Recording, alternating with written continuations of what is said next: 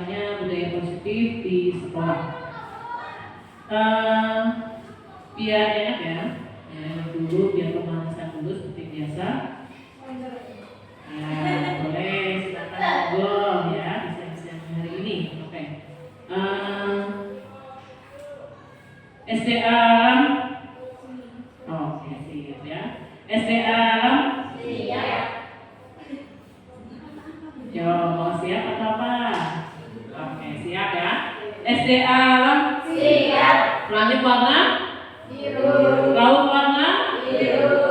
Aku pakai baju merah. Oke, lagi. Temboknya warna kuning ya, nggak jadi ya. Apa kabarnya hari ini teman-teman? Baik. Siapkah untuk belajar hari ini? Siap. Oke, teman-teman sudah siap? Siap. Are you ready? Ready. Ulangi lagi, are you ready?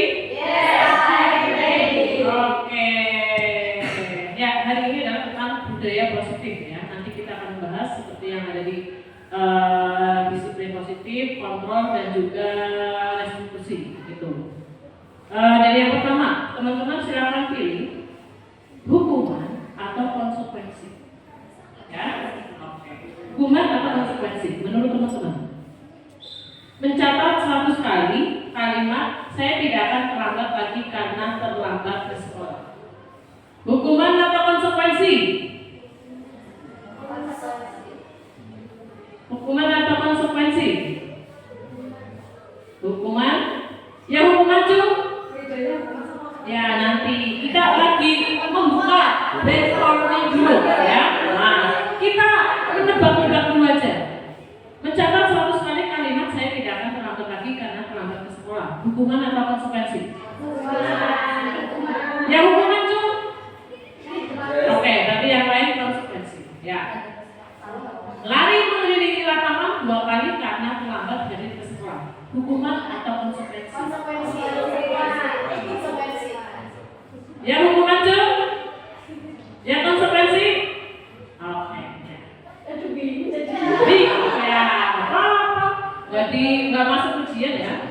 Murid diminta untuk push up 15 kali karena tidak menggunakan masker ke sekolah. Hukuman atau konsekuensi? Hukuman atau konsekuensi? Ditahan dulu ya. Mengganti kertas tugas teman-teman yang telah dicoret-coret. Membersihkan tumpahan air di meja tulis karena tersenggol pada saat belajar. Murid disuruh tidak mengenakan sepatu seharian di sekolah karena tidak menggunakan sepatu hitam. Lari mengelilingi lapangan 2 kali karena datang terlambat saat pembelajaran PJK. Konsekuensi atau hukuman? Itu hukuman. Bagaimana?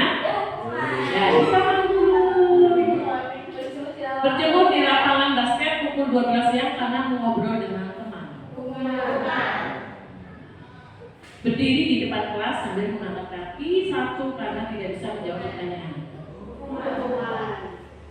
Oke, mari kita lihat. Mencatat 100 kali kalimat saya tidak akan terlambat lagi karena terlambat ke sekolah. Itu adalah hukuman. Kenapa? Karena di sini adalah tidak ada pertanggungjawabannya. Tidak ada tanggung jawabnya. Lari mengelilingi lapangan 2 kali karena terlambat tadi juga hukuman. Murid diminta push up 15 kali juga hukuman. Mengganti kertas teman yang dicoret-coret konsekuensi. Kenapa? Karena itu adalah bentuk tanggung jawab. Membersihkan tumpahan air juga konsekuensi. Murid disuruh tidak mengenakan sepatu seharian di sekolah masuk hukuman. Lari mengelilingi lapangan 2 kali karena dapat terlambat saat pembelajaran PJK. Itu masuk apa? Konsekuensi. Kenapa? Alasannya apa? Terlambat. Kalau pada saat jam olahraga, biasanya ya pertama itu apa yang dilakukan? Pemanasan. Berarti dia itu pemanasan kan? Tidak. Berarti toleransi itu masuk konsekuensi, itu sebenarnya untuk mengganti pemanasan, berarti itu masuk konsekuensi. Paham? Nah, kenapa bedanya sama lapangan 2 kali karena terlambat hadir? Itu tidak ada ininya, tidak ada namanya, tidak ada ya tanggung jawabnya itu. Paham? Sampai sini? Oke. Sekarang, nah, udah Dian, oh benar ya. Apakah guru dapat mengontrol murid? Menurut teman-teman, apakah guru dapat mengontrol murid? Apakah semua penguatan positif itu efektif dan bermanfaat? Apakah kritik dan membuat orang merasa bersalah dapat menguatkan karakter Anda? Apakah orang dewasa memiliki hak untuk memaksa? Baik-baik. Apakah guru dapat mengontrol murid? Jawabannya dapat mengontrol murid. Tidak bisa, kenapa? Oke, motivasi intrinsik, hebat sekali, keren. Apakah semua penguatan positif itu efektif dan bermanfaat?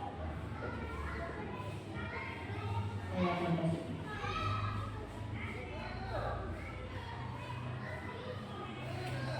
Bisa iya, bisa tidak, aku ragu-ragu. Apakah kritik dan membuat orang merasa bersalah dapat menguatkan karakter Anda? Kamu gak kasihan ada Dewi kayak gitu. Apakah orang dewasa memiliki hak untuk memaksa? Tidak, kembali kamu. Nah, semua itu sebenarnya adalah sebuah ilusi. Namanya adalah ilusi kontrol. Ilusi bahwa guru itu dapat mengontrol murid, ilusi bahwa semua penguatan positif efektif dan bermanfaat, ilusi bahwa kritik itu dapat membuat orang merasa bersalah dan mengangkat karakter, itu hanya ilusi. Ilusi bahwa orang dewasa itu memiliki hak untuk memaksa, itu adalah sebuah ilusi. Ya, itu ilusi saja, karena sejatinya ada pada dari dalam diri. Anak itu yang bisa berubah. Itu. Nah, ini yang kadang sering salah. Stimulus responnya kayak itu seperti ini. Realitas ya, kebutuhan kita sama, padahal realitasnya kebutuhan kita semua beda. Semua orang melihat yang sama, padahal setiap orang itu memiliki gambaran yang berbeda. Kita mencoba mengubah orang agar berpandangan sama dengan kita.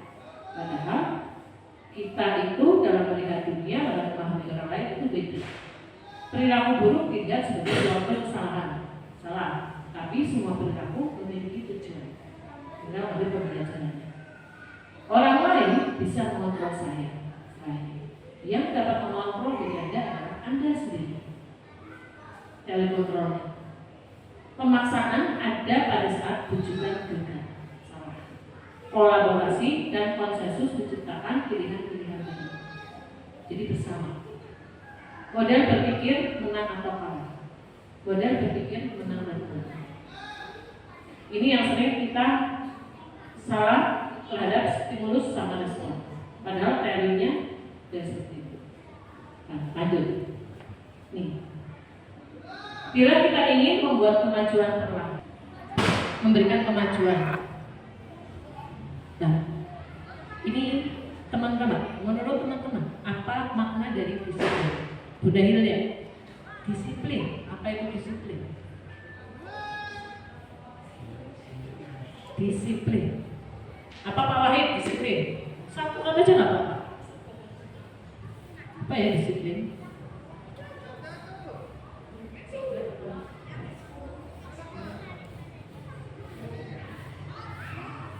Disiplin. Disiplin. Apa itu disiplin? Taat aturan. Taat aturan. Oke. Lanjut. Benar tidak? Tepat waktu. Konsisten. Taat. Ya, intinya Gimana Pak? Jujur. Oke, kita lihat aslinya disiplin itu apa? Disiplin ini mengalami yang namanya degradasi. Kenapa? Karena disiplin itu artinya awalnya itu adalah belajar. Kata disiplin itu awalnya adalah belajar. Nah, akarnya itu adalah tentang murid. Awal-awalnya juga itu disiplin itu adalah mempelajari bagaimana cara kita mengontrol diri, bagaimana menguasai diri untuk melihat tindakan yang mengacu pada nilai-nilai yang kita hargai. Itu yang betul tentang disiplin. Jadi apa yang kita pahami, budaya kita memahami disiplin, ya, itu sebenarnya mengalami kemunduran. Kenapa? Karena kita hanya tahu adalah taat, kepaksa.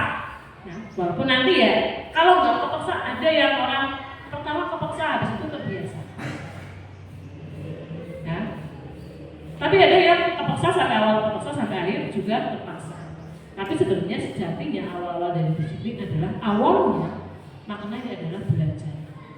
Itu. Dan itu adalah untuk memperbaiki diri, motivasi diri. Itu awal kata disiplin. Nah, kata disiplin hari ini mengalami perubahan adalah sesuatu yang dilakukan seseorang kepada orang lain untuk mendapat kepatuhan. Betul? Nah, itu yang hari ini.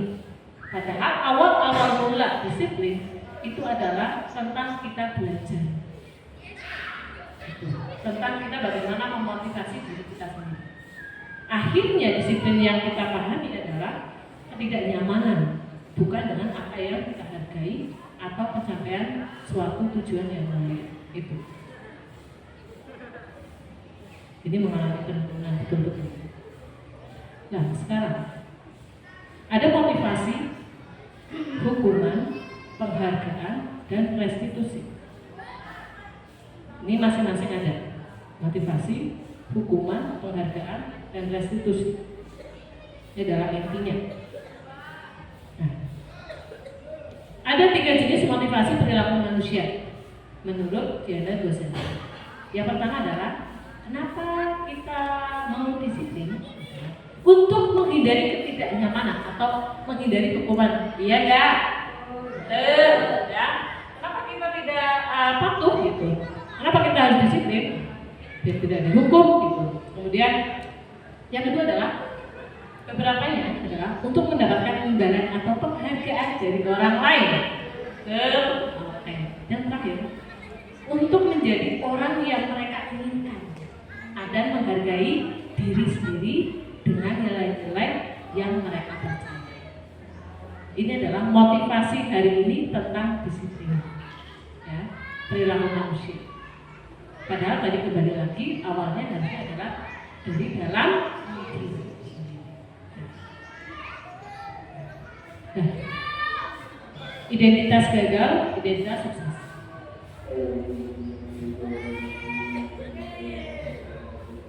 Ya, kita stop dulu ya. Pahami sambil dibaca.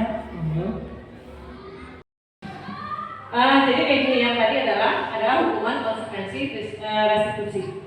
Nah, apa itu restitusi nanti dulu ya. Bedanya yang pertama adalah tentang hukuman ya. Apa itu hukuman? Kalau hukuman itu adalah sesuatu yang menyakitkan dan harus terjadi. Kalau konsekuensi adalah sesuatu harus terjadi. Kalau restitusi merupakan pilihan. Hukuman tidak nyaman untuk murid dan anak untuk jangka waktu panjang, merasa tidak nyaman. Kemudian konsekuensi tidak nyaman tapi dalam jangka waktu pendek. Kemudian untuk restitusi menguatkan murid atau anak dalam jangka waktu panjang. Hukuman, korban mendapat keadilan. Korban ya. Konsekuensi, korban bisa diabaikan. Restitusi, korban mendapat ganti. Kemudian kalau hukuman, murid atau anak akan tersakiti. Disiplin, murid anak dibuat tidak nyaman. Restitusi, murid anak mendapatkan penguatan. Nah, kalau yang hukuman perilaku pasif agresif meningkat. Kenapa? Karena nanti besok biasanya yang jadi korban akan jadi pelaku. Konsekuensi penguatan hanya bertahan dalam jangka waktu pendek. Paling besok saya disuruh lagi. Restitusi adalah masalah kebijakan. Identitas, hukuman, sistem tidak akan berjalan bila tidak takut. Aturan ini sama, tapi beda dulu, nanti beda perlakuan sama. Kemudian konsekuensi memerlukan monitoring, pemantauan dan supervisi terus-menerus. Restitusi, murid belajar bertanggung jawab untuk perilakunya. Hukuman berlaku hanya pada sebuah institusi, tidak berlanjut pada kehidupan nyata. Konsekuensi membantu menerapkan mengikuti peraturan dalam masyarakat. Bantu. Restitusi fokus pada pemecahan masalah dalam jangka waktu panjang. Besok kayak gitu, besok akan mempelajarinya dan memecahkannya. Hukuman peraturannya adalah titik-titik kamu harus. Itu. Kemudian konsekuensi. Apa peraturannya? Konsekuensinya apa? Mampu kamu melakukannya apa enggak? Terima kasih, selesai. Kemudian restitusi. Apa yang kamu yakini? Apa yang bisa kamu lakukan untuk memperbaiki masalahnya? Itu. Hukuman, murid atau anak membenci peraturan, jadi benci peraturannya. Kalau konsekuensi, anak menghormati peraturan, ya. Tapi untuk lebih ke anak tersebut saja, anak yang tadi motivasi. Restitusi, murid atau anak menghormati dirinya dan orang lain. Nah, kalau negatifnya, yang hukuman, awas kalau dilakukan lagi ya, nanti awas kamu.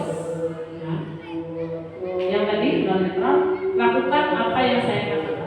Positif, yang restitusi, apakah hal ini yang sesungguhnya kamu lakukan? Kemudian yang tadi adalah mode paksaan. Yang konsekuensi stimulus respon. Positif menggunakan teori kontrol. Negatif mendorong menyalahkan diri. Ini mendorong kepatuhan. Ini mendorong disiplin positif. Konsep diri jadi buruk, hukuman. Konsekuensi konsep diri baik, positif. Konsekuensi diri jadi konsep diri jadi uang. Ini. Ya. Kalau hukuman murid atau anak jadi mereka jadi banyak menyembunyikannya. Nah, kalau konsekuensi anak jadi taat aturan. Tapi kalau restitusi mereka dapat memecahkan masalah. Itu. Dan sebagainya nih ya. Nah, teori hadiah. Ini yang sering dipakai. Saat kita berulang kali menjanjikan hadiah kepada anak agar berperilaku bertanggung jawab, atau kepada seorang murid agar mempelajari sesuatu yang baru, atau kepada karyawan agar mereka melakukan pekerjaan yang berkualitas. Asumsinya, kita sudah berasumsi bahwa mereka tidak dapat melakukannya. Untuk itu, mereka itu diberi hadiah, atau mereka tidak akan memilih untuk melakukannya. Itu sudah pertanyaan seperti itu. Boleh nggak sama anak-anak itu dilakukan? Kira-kira di kelas ini adalah ada kelas bawah. Contohnya adalah Bundarina. Kalau yang sudah selesai itu diberi bintang, ya, diberi bintang. Itu adalah maksudnya juga hadiah. Ya. Apakah itu baik? Ya. Boleh, tapi jangan terlalu sering. Dan juga nanti ya harus diberi penguatannya. Kenapa? Ya, karena nanti ketika Bunda ini tidak berangkat, Pak Ali beliau yang ngajar. Kemudian anak-anak bilang ini, Pak, aku sudah selesai, kok aku nggak dikasih bintang? Itu. Apakah seperti itu terus? Itu ya. Contoh-contoh. Boleh, tapi itu jangan berlanjut terus. Jika untuk yang lainnya juga, untuk teman-teman yang lain, boleh tapi jangan terlalu sering dan jangan dijadikan budaya, nggak baik. Nah, mengemukakan baik penghargaan maupun hukuman adalah cara-cara mengontrol. Kita berarti berusaha sedang mengontrol perilaku seseorang yang menghancurkan potensi untuk pembelajaran yang sesungguhnya. Gitu. Jadi sebenarnya kita juga sedang menghancurkan potensi. Secara ideal, tindakan belajar itu sendiri adalah penghargaan yang sesungguhnya. Jadi seseorang itu ternyata bisa dihukum oleh penghargaan. Jadi teman-teman, kita harus lebih hati-hati lagi terhadap penghargaan atau hadiah kepada anak-anak.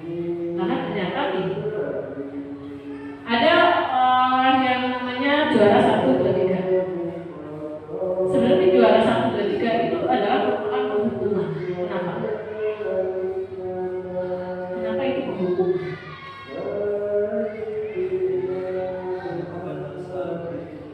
Ya, kalau dia itu ada beban juga bahasa itu sih. Dia itu yang juara 2 itu sebenarnya juga dia dihukum. Kenapa? Karena tidak mendapat juara 1. Berarti kan dia itu kalah. Terlebih ke bawahnya lagi. Ini adalah salah satu kenapa kita juga tidak boleh, ya, sekolah kita itu tidak memperbolehkan untuk memberikan rankingnya berapa, mengasih tahu kepada wali murid kita rankingnya berapa. Karena apa? Karena kita sama-sama tahu bahwa setiap anak itu punya potensi imaginasi dan unik. Ranking itu juga mendukung. Kenapa? Ya kan akan ada 2, 3, 4, 5 sampai seterusnya.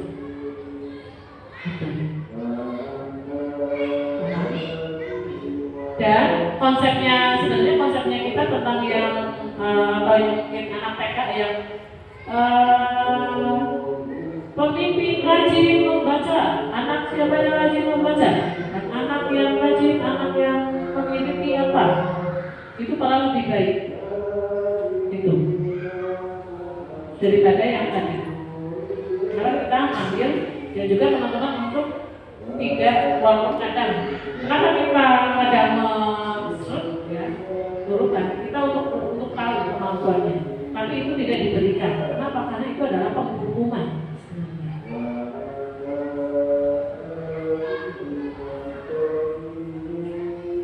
Paham? Ya? Oke. Nah, dihukum oleh penghargaan. Bisa pengaruh jangka panjang, bisa pendek. Penghargaan tidak efektif, penghargaan merusak hubungan, penghargaan mengurangi ketepatan karena cepet-cepetan. Ya cepat saya kasih bintang, lebih cepat asal-asalan tapi gitu. Kemudian penghargaan menurunkan kualitas, itu juga harus sama. Ya, yang ini selesai. Ya. Mematikan kreativitas juga. Penghargaan hukum yang tadi, yang 2, 3, 4 harganya sama.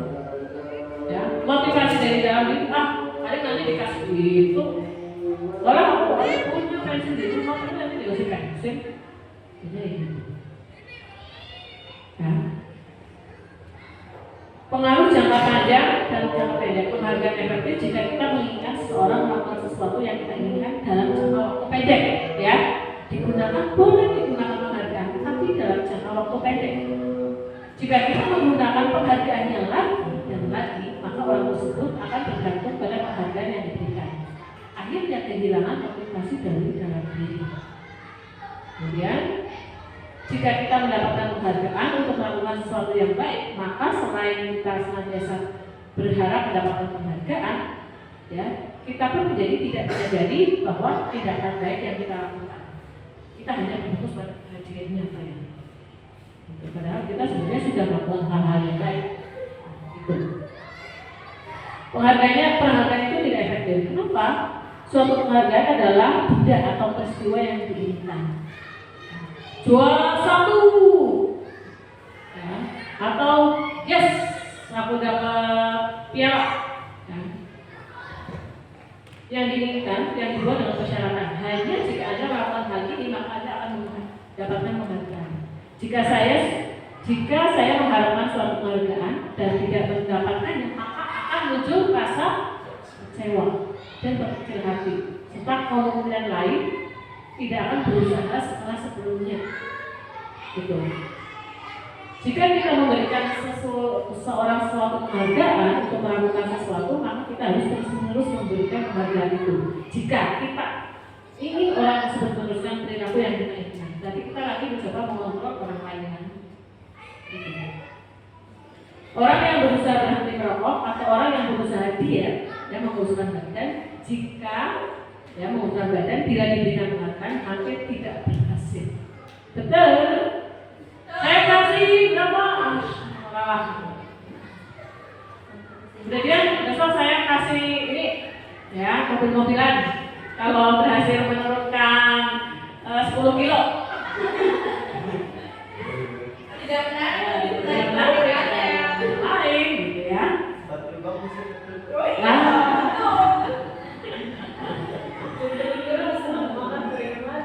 Itu aja nanti balik lagi juga ketemunya ya. Gitu. Penghargaan itu merusak hubungan. Ketika seorang diberi penghargaan atau dipuji di depan orang banyak, maka yang lain akan merasa iri dan sebagian dari mereka akan tidak menyukai orang yang diberikan penghargaan. Berarti ranking 1. Juara lagi lapangan ya. Kemudian dulu dia juara ketiga nih. Udah hidup yang punya kali. Hari juara itu lah. Muncul rasa ini. Sebelumnya kenapa? Dia juara 1, dia ini juara 1 gitu. Ya, cuma teman-teman. Alasannya apa? Padahal sebenarnya hasilnya adalah muncul rasa iri. Jika seorang guru sering memberikan penghargaan kepada murid-muridnya, bisa kemungkinan murid-muridnya termotivasinya hanya untuk menyenangkan guru. Gitu, ya. Mereka tidak akan bersikap jujur kepada guru tersebut. Kenapa? Karena pengen dipuji dan sebagainya. Jangan baik. Penghargaan menciptakan persaingan di dalam kelas dan persaingannya menciptakan kecemasan.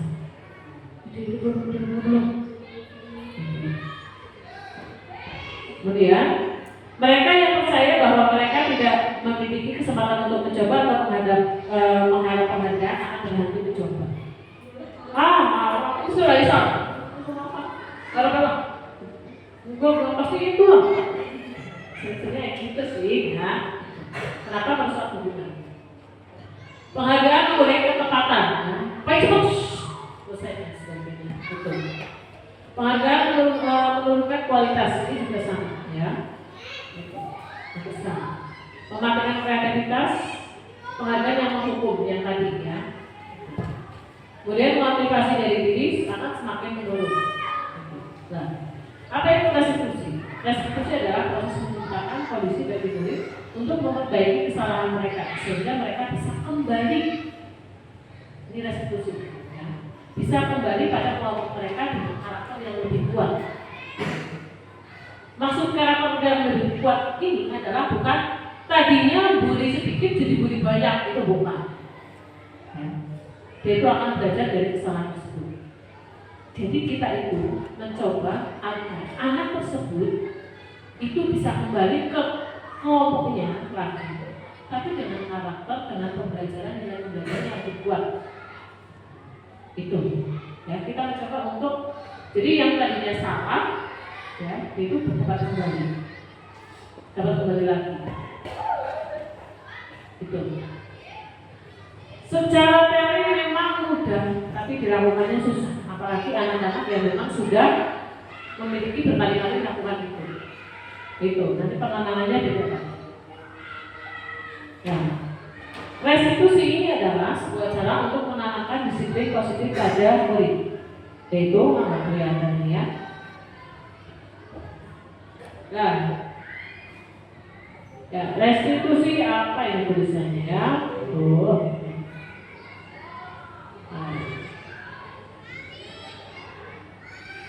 Saya pakai saja.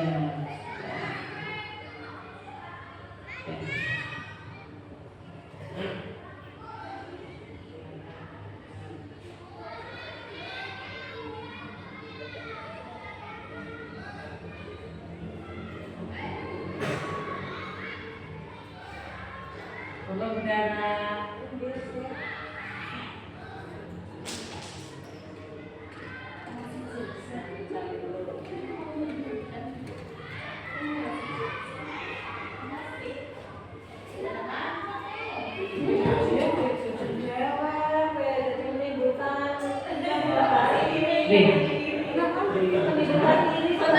Menimbulkan ini dikasih hadiah.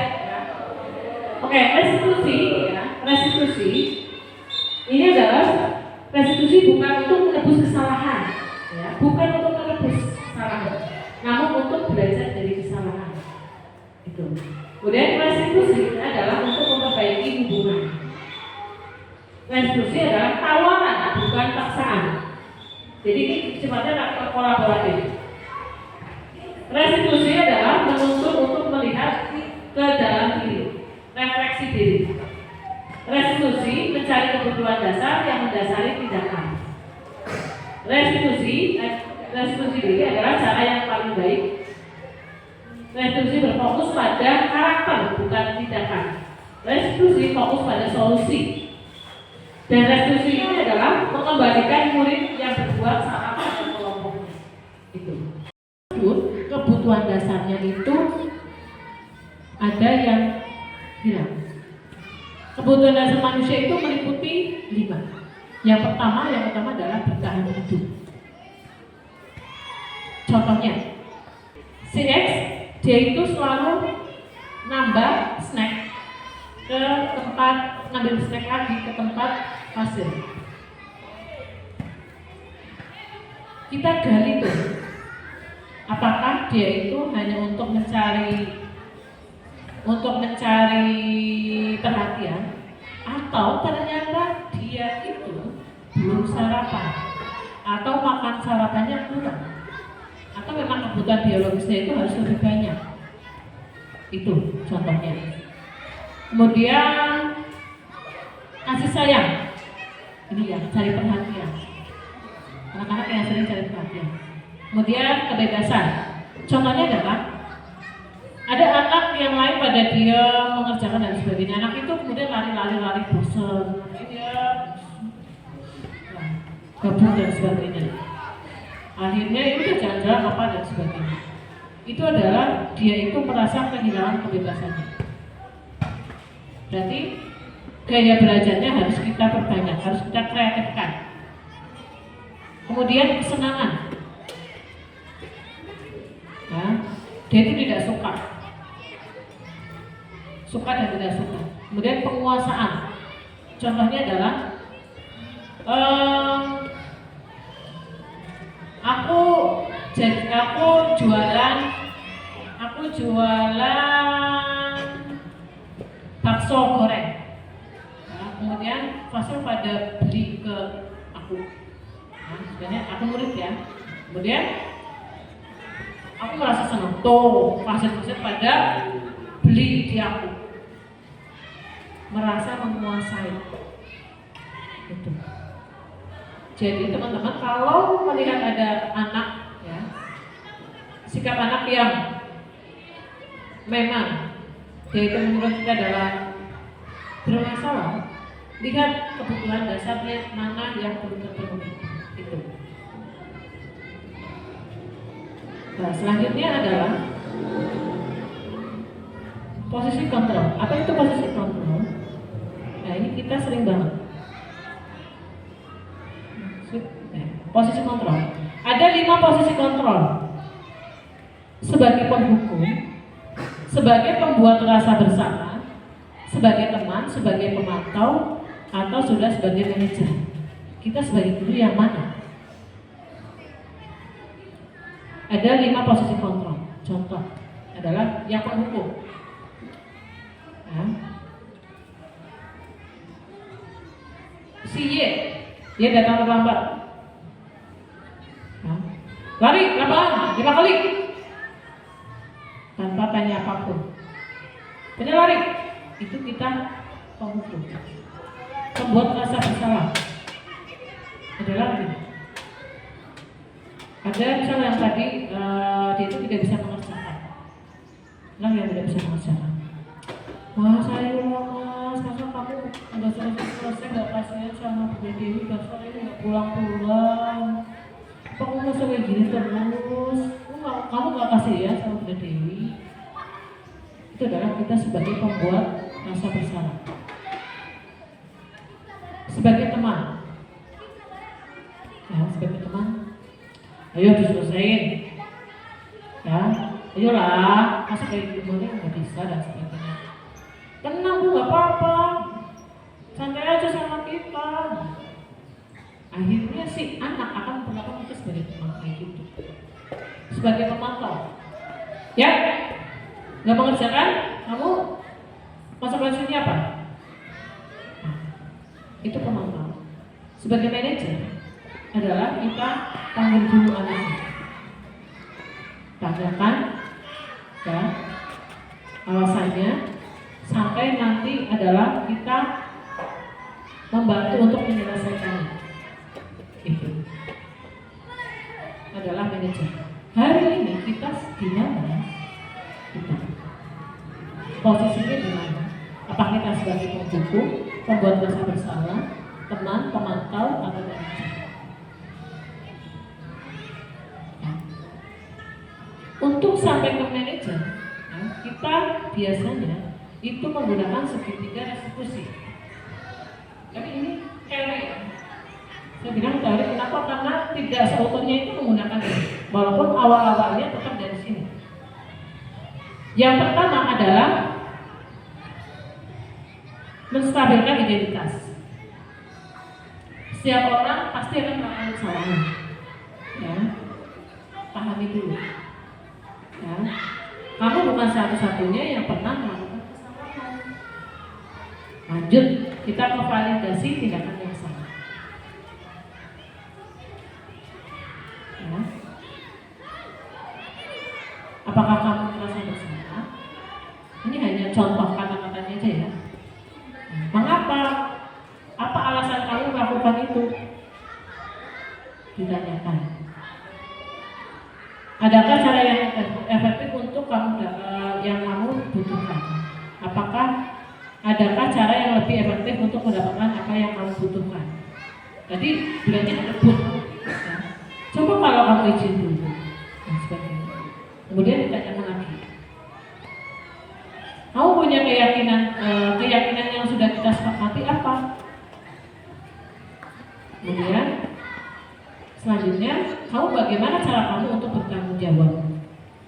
Dan kamu ingin jadi seorang yang seperti apa?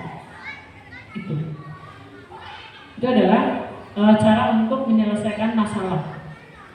Kita tanyakan dulu, ya. Tapi ini, terutama yang pertama ini, hati-hati untuk anak yang memang sering melakukan salah. Itu. Jadi urut-urutannya seperti itu.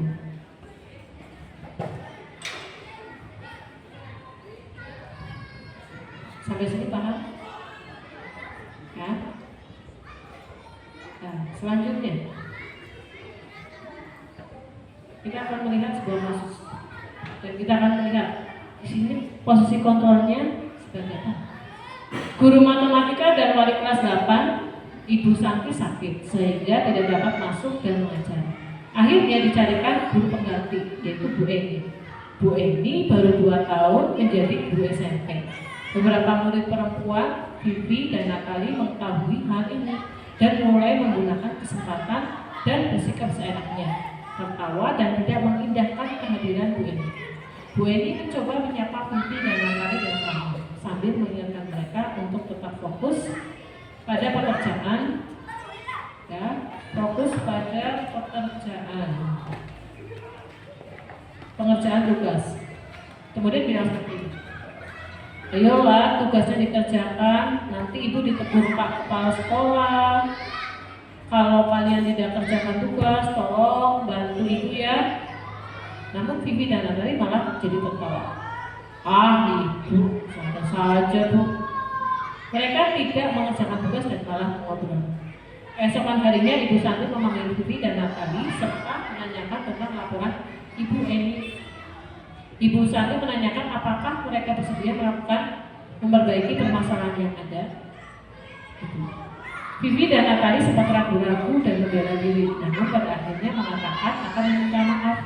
Ibu Santi menanggapi bahwa tindakan itu boleh saja dilakukan jika mereka sungguh-sungguh ingin minta maaf.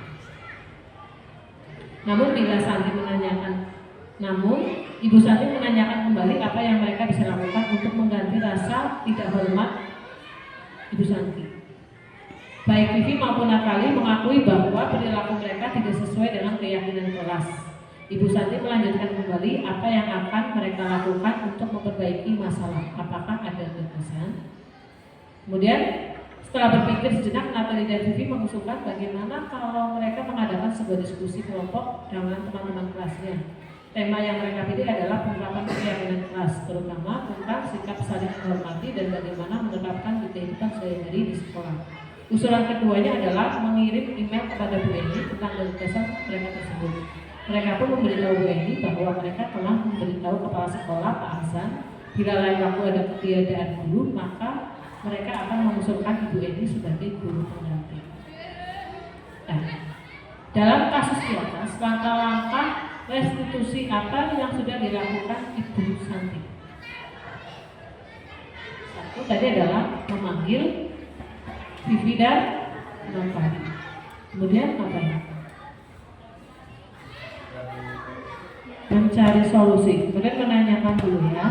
Nah, menanyakan apakah betul atau salah. Kemudian tanya lagi, apakah mereka bersalah atau tidak? Merasa bersalah atau tidak? Karena banyak sekali ternyata anak yang nggak bersalah. Kalau teman-teman lihat beberapa anak juga seperti itu, ya, beberapanya tuh. Berarti dia itu belum bisa untuk belajar, untuk belajar bagaimana merefleksikan terhadap kesalahannya. Kemudian di situ beda antara keyakinan kelas dan juga aturan, ya. Teman-teman, jadi terutama untuk yang wali kelas, hati-hati terhadap yang namanya aturan dan juga keyakinan kelas.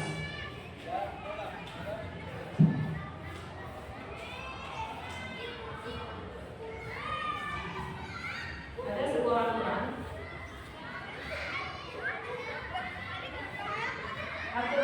Contoh aturannya kelas 1. Satu aja. Tidak mengejek.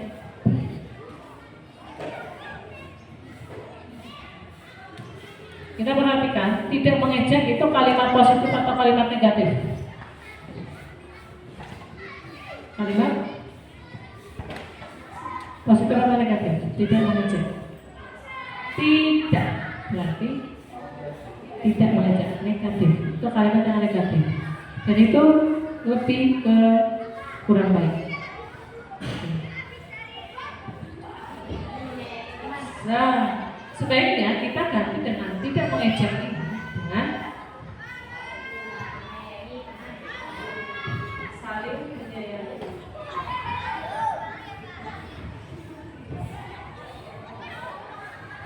Saling menyayangi teman. Lah, keyakinan kelasnya beda lagi.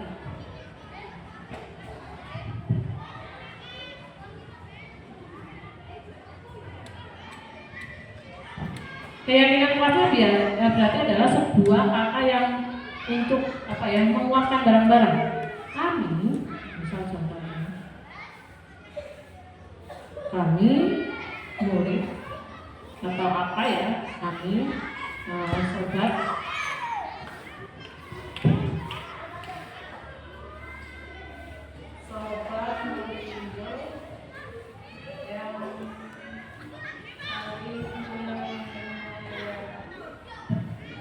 ini.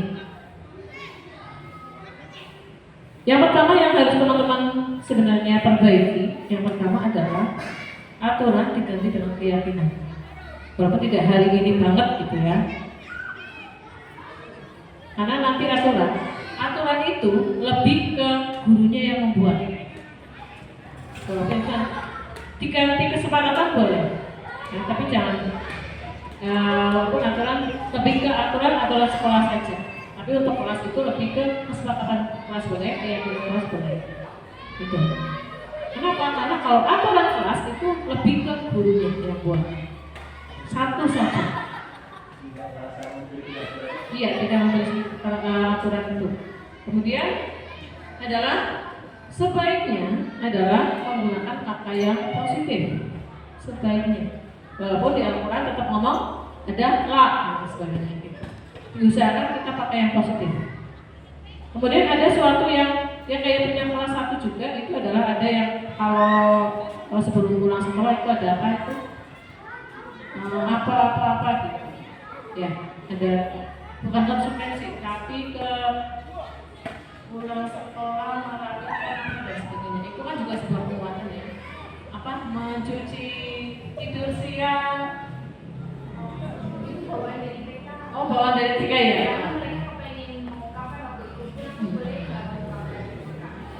Ya, jadi sebenarnya juga janji pulang sekolah ya. Itu juga sebenarnya adalah sebuah keyakinan kelas. Kalau kita telusuri ternyata mereka menggunakan keyakinan kelas. Betul. Dan keyakinan kelas lebih ke satu adalah mengubah aturan kata negatif menjadi positif, kemudian membuat sebuah keyakinan kelas di mana kami akan dan sebagainya. Itu mulai diubah. Aturan kayak gitu. Baik, ini tidak harus langsung dan sebagainya. Ya, saya hanya menyampaikan seadanya.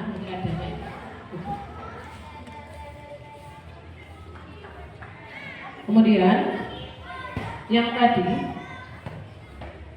sudah sampai ini ya. Jadi kan berdiskusi sendiri. Ya kalau kita ya ditemani dulu lah. Kalau terjadi seperti ini lagi, berarti kita harus ngapain? Itu dibuat keyakinan tambahan, keyakinan baru. Gitu.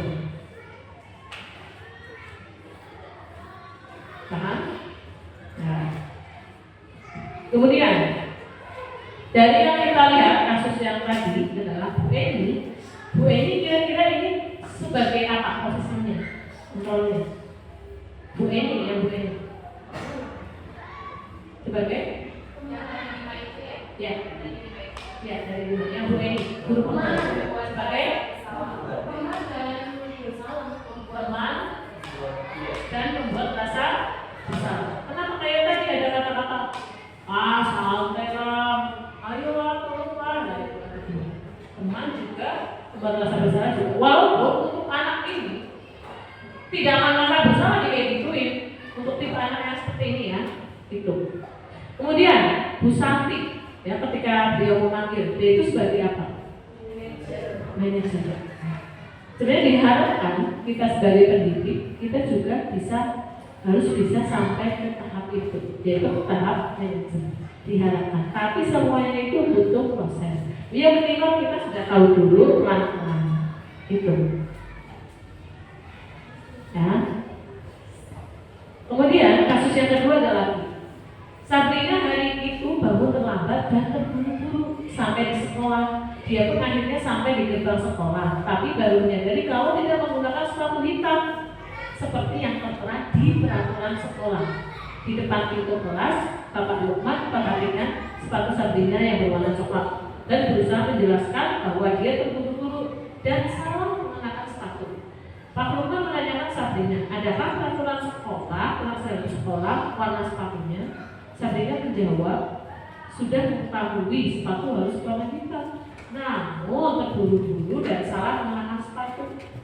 Selain tidak mungkin kembali pulang ke rumah karena jauh sekali, Pak Lukman tetap bersikeras pada peraturan yang berlaku dan katakan, ya sudah, kamu sudah melanggar peraturan sekolah, kamu salah, sudah terlambat.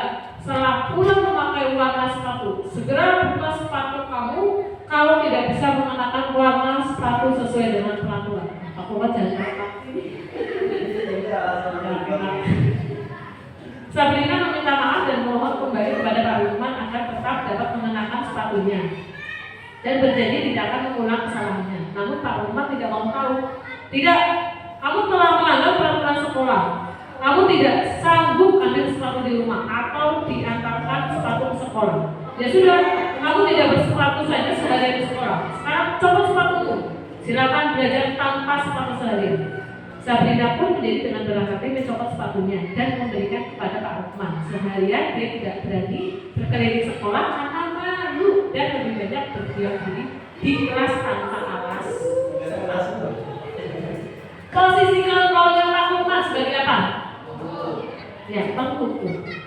Itu. Karena betul-betul itu langsung hukum. Itu. Dalam kasus ini ya, bila pangluman, kalau dia itu sebagai manajer yang dilakukan apa dulu biasanya? Kalau dia itu sebagai manajer. Yang pertama adalah bilang dulu. Yang pertama adalah tentang stabilkan identitas. Kamu melanggar aturan, kamu salah atau tidak? Ya. Kemudian ditanyakan alasannya kenapa. Nah, habis itu nanti baru tanya ininya, alasannya, kemudian untuk memperbaikinya bagaimana. Jadi saya berkolaborasi, ya, bukan paksaan. Itu. Tapi ya itu diberikan itu adalah untuk tanggung jawab dan untuk nanti merefleksikan diri. Tidak hanya ya udah sampai itu aja.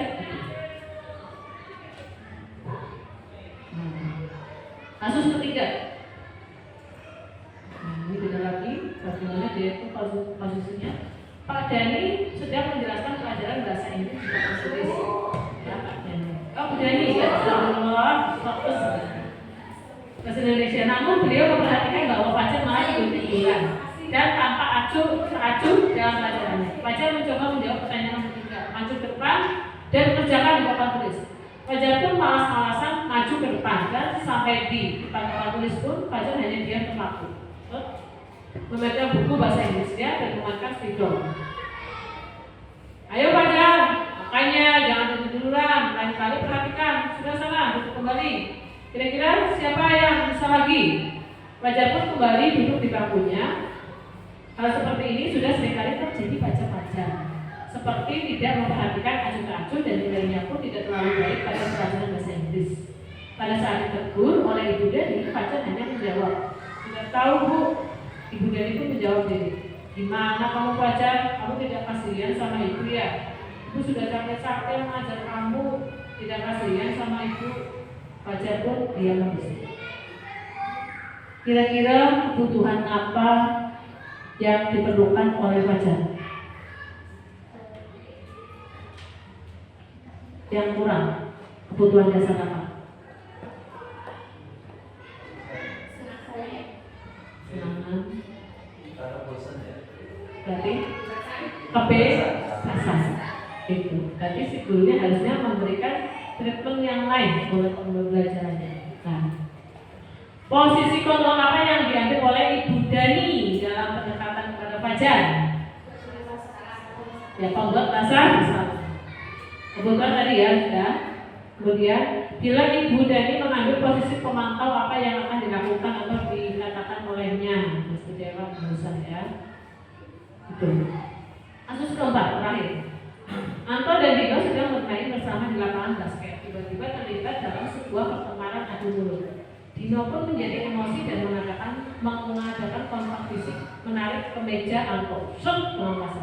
Sampai pinggang kancingnya terlepas. Pada saat itu, Bu Piket langsung melerai mereka dan membawa mereka ke ruang kepala sekolah.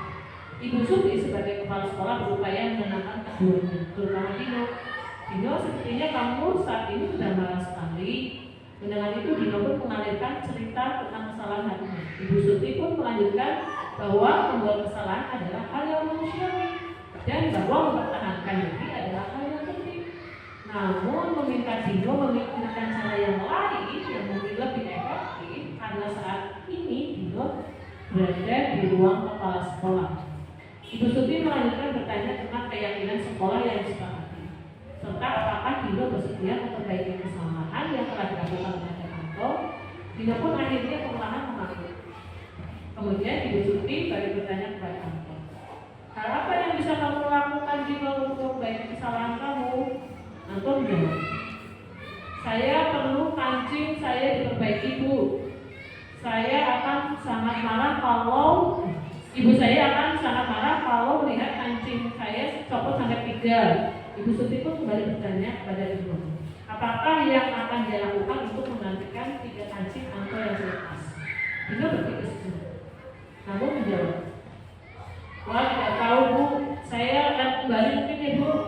Kancingnya mau dilem ya. Ibu Suti berpikir sebentar dan tanggapi, kalau dilem akan mudah terlepas kembali Dino. Bagaimana kalau kamu menjahitnya saja? Bersediakah kamu? Dino tanpa ragu menjahit. Mana saya tahu bagaimana menjahit Ibu Suti meneruskan, apakah kamu bersedia belajar menjahit? Dino berpikir sejenak, memandang kemeja angkau dan menanggapi. Yang ngajari saya siapa, Bu? Dengan cepat Ibu Suti menjawab, Pak Irfan. Guru tata busana. Dino kembali diam sejenak memandang kemeja angkau yang agak kecil. Akhirnya Dino mengangguk tanda menyetujui, dan sepanjang siang itu Dino belajar menjahit dan memperbaiki kemeja angkau. Terakhir kali kedua anak laki-laki tersebut, Dino dan Angkau, pada jam sekolah dan bolos sekolah, mereka sudah bercengkrama dan bersendal bulat. Nah, itu sudah dijawabannya ya. Oke, posisi kontrol apa yang ada pada Ibu Suti? Meja. Jadi awal-awalnya gimana?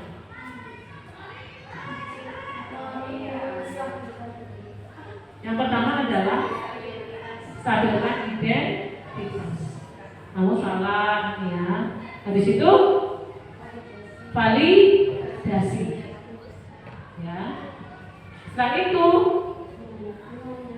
menanyakan tentang keyakinan yang telah dibuat. Ya, bahasanya kita masih aturan ya. Gitu. Dan nanti kalau memang tidak ada keyakinan kelas seperti itu, berarti apakah kita mau buat lagi? Apakah kita mau membantu dan sebagainya itu. Dan di sini adalah Ibu Suti sudah melaksanakan segitiga restitusi tersebut. Gitu. Dan apakah kita boleh tegas? Boleh. Ya. Kita itu boleh tegas. Tapi kita harus paham tegas dan keras. Gitu. Tegas dan keras itu berbeda. Kalau keras kita lebih menjadi penghukum. Ada anak lagi di sana berantem. Apa kita langsung jalan dulu? Mau jalan? Ya kita pasti sebagainya.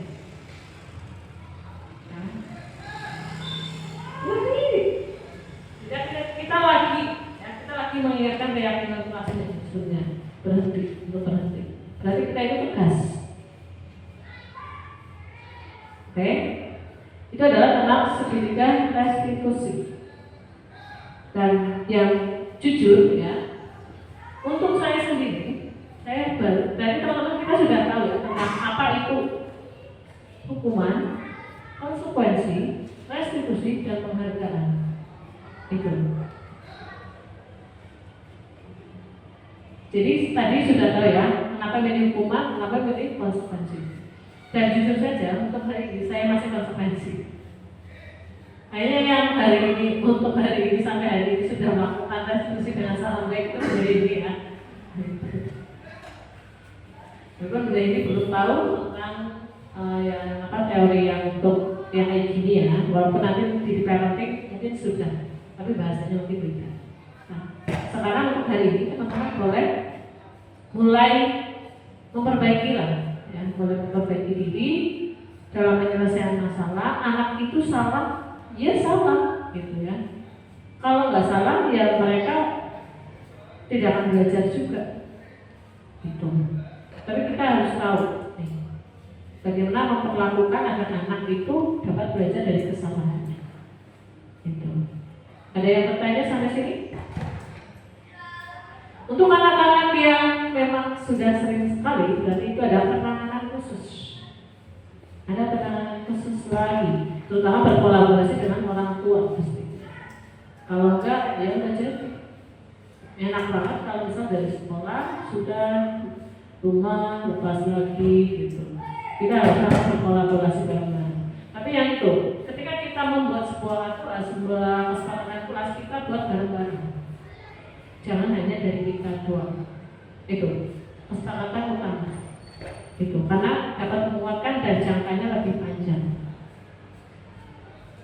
Dan ketika mereka melakukan sebuah kesalahan, kita tanyakan apa keyakinan kelas yang sudah kita sepakati. Itu. Oke? Ya. Oke teman-teman, terima kasih untuk hari ini ya, yang sudah bersama-sama untuk kegiatan saya yaitu diseminasi budaya positif. Ini sebenarnya saya itu lebih ke ya akhirnya jadi tahu ya, dan juga saya harap teman-teman juga lebih tahu juga itu tentang segitiga restitusi ini biar kita ya bisa memperbaiki diri, terutama kita adalah sebagai pendidik. Kita sudah memilih ini ya, kita yang sudah memilih posisi sebagai guru, berarti kita konsekuensi. Berarti kita itu ya siap-siap ya. Dan selesai. Kita yang memilih enggak? Kita yang memilih jadi guru. Kita tahu konsekuensinya. Kita tahu apa tanggung jawabnya. Ya memang berat. Gitu. Tapi kalau kita menikmatinya, insya Allah ya Bismillah pelan-pelan bisa. Oke, terima kasih untuk teman-teman dari Islamullah tentang destinasi budaya positif dari saya. Lain waktu mungkin bisa berbagi kembali dan saya cukup. Wassalamualaikum warahmatullahi wabarakatuh.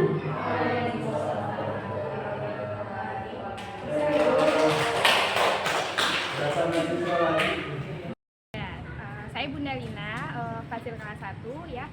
Setelah saya ikut dalam acara diseminasi budaya positif yang dibawakan oleh Bunda Dewi, saya jadi lebih memahami dan lebih tahu ya tentang segitiga restitusi dan bagaimana itu menerapkannya ke anak-anak, khususnya kelas-kelas rendah ya, yang awalnya saya itu mungkin masih bingung, masih belum pas gitu ya. Jadi saya lebih paham dan insya Allah semangat untuk menerapkannya di kemudian hari, dan insya Allah segitiga restitusi itu jika diterapkan dengan baik akan bermanfaat ke anak, dan ketika membuat keputusan, membuat aturan dengan anak juga dilibatkan aktif sehingga tercetuslah kesepakatan kelas yang insya Allah lebih bermakna dan lebih bermanfaat di kehidupan nyatanya anak-anak kelak. Gitu. Terima kasih. Saya Bunda Ati, di sini saya mengikuti sosialisasi budaya positif oleh Bunda Dewi. Di sini saya bisa mempelajari bagaimana cara menstabilkan kemarahannya anak-anak, terus tantrumnya anak-anak. Terima kasih. Saya Bunda Hilya. Setelah saya mengikuti sosialisasi dari Bunda Dewi tentang budaya positif, alhamdulillah jadi mengerti apa itu segitiga restitusi. Terima kasih.